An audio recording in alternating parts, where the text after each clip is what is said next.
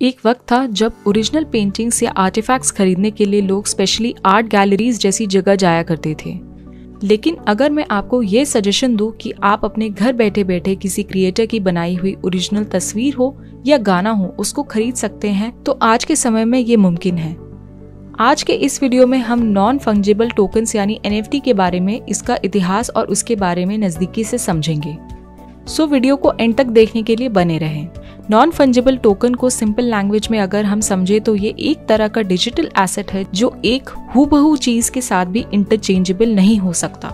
Non fungible tokens की speciality इस principal पर आधारित है कि दो सिमिलर चीजों में भी एक तरह का अंतर होना, जो कि उस चीज के अंदर दी हुई कोडेड इंफॉर्मेशन की वजह से होता है। बिटकॉइन की ही तरह कोई भी डिजिटल आर्ट एक फंजिबल टोकन जैसी है। ये एक तस्वीर एक क्रिप्टो आर्टिस्ट की है जो दिखने में एक जैसी लग रही है, लेकिन असल में ब्लॉकचेन टेक्नोलॉजी की वजह से दोनों डिफर करती हैं। NFT की अगर हम हिस्ट्री जाने तो first time non fungible tokens का यूज 3 मई 2014 को एक व्यक्ति केविन मैककॉय के द्वारा किया गया, जिसे एक अनिल दास नामक व्यक्ति ने खरीदा था। मैककॉय ने पहली बार क्वांटम नाम का नॉन फंजिबल टोकन इजाद किया, जो कि क्रिप्टो करेंसी मार्केट की पॉपुलैरिटी से काफी पहले बनाया गया था। क्वांटम एक पिक्सेलेट ऑक्टेगन इमेज जैसा था जो फ्लोरोसेंट सर्कल, आर्क्स या अलग अलग शेप्स के पैटर्न दिखाता था। आज के समय में क्वांटम आर्ट पीस की बिक्री लगभग $7 मिलियन में भी हो रही है।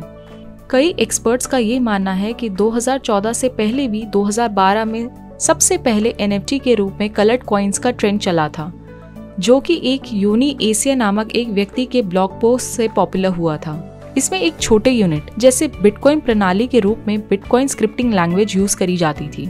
सबसे छोटा यूनिट जैसा एक सतोशी को भी एक एसेट रिप्रेजेंट करता था, जैसे डॉलर हो या शेयर्स वगैरह के रूप में। उसके बाद काउंटर पार्टी नामक एक नॉन फंजिबल टोकन 2014 में भी रिलीज हुआ था। काउंटर पार्टी के फाउंडर्स का ऐसा मानना था कि कई तरह से बिटकॉइन के फीचर्स में एक एसेट क्रिएट करना और ट्रेडिंग प्लेटफॉर्म की तरह यूज करने में खामी पाई गई थी। स्पेल ऑफ जेनेसिस पहला ऐसा मोबाइल गेम बना जो किसी भी ब्लॉकचेन को इन गेम एसेट बनाने में सक्षम था। 2017 के बाद से NFT में कई प्रोजेक्ट्स शुरू हुए हैं। द ब्लॉक रिसर्च के शोध के अनुसार आज कम से कम 73 NFT प्लेटफॉर्म्स हैं, जो कि डिजिटल आर्ट खरीदने के लिए इस्तेमाल करी जाती हो या फिर जैसे गेमिंग या फिल्म इंडस्ट्री से रिलेटेड कोई भी यूटिलिटी को बेचने के लिए हो। इस टेक्नोलॉजी से ये बात तो साफ है कि नॉन फंजिबल टोकन्स बहुत ही ताकतवर और भविष्य में उनका बहुत ही बड़े पैमाने पर इस्तेमाल होने के आसार हैं, क्योंकि इसका यूज आदमी की इमेजिनेशन के मुताबिक किसी भी प्रकार से किया जा सकता है। NFT जैसे आज के टाइम में उभरती हुई न्यू एज टेक्नोलॉजी हमारे फ्यूचर जनरेशन्स के लिए एक मील का पत्थर साबित होगा, लेकिन इसके बारे में पूरी तरह से जानने के लिए हमें कुछ उसके कंसर्न्स भी देखने होंगे। सबसे पहला कंसर्न तो यही है कि NFT आज के समय में लिमिटेड पॉपुलेशन में पॉपुलर है, क्योंकि इसको यूज करने का तरीका बहुत ही कम लोगों को आता है। इसलिए पूरी तरह NFT का यूज आर्ट पीसेस और गेमिंग जैसी चीजों को खरीदने के लिए सीमित दिखता है। दूसरा, NFT को यूज करना हमारे पर्यावरण को बचाने के प्रयासों को अंडरमाइन करता है। NFT बेसिकली ब्लॉकचेन टेक्नोलॉजी के ऊपर बनाया गया है, जिसको इस्तेमाल करने के लिए बहुत सारी एनर्जी जो कि इलेक्ट्रिसिटी के रूप में यूज करी जाती है। तीसरा, NFT खरीदने के बाद भी बायर कॉपीराइट क्लेम उस आइटम पर करे, ऐसा जरूरी नहीं है। इसका मतलब होगा कि एक बार NFT बायर के पास होने के बाद भी सेलर उसी काम को नया बना के किसी और को भी बेच सकता है।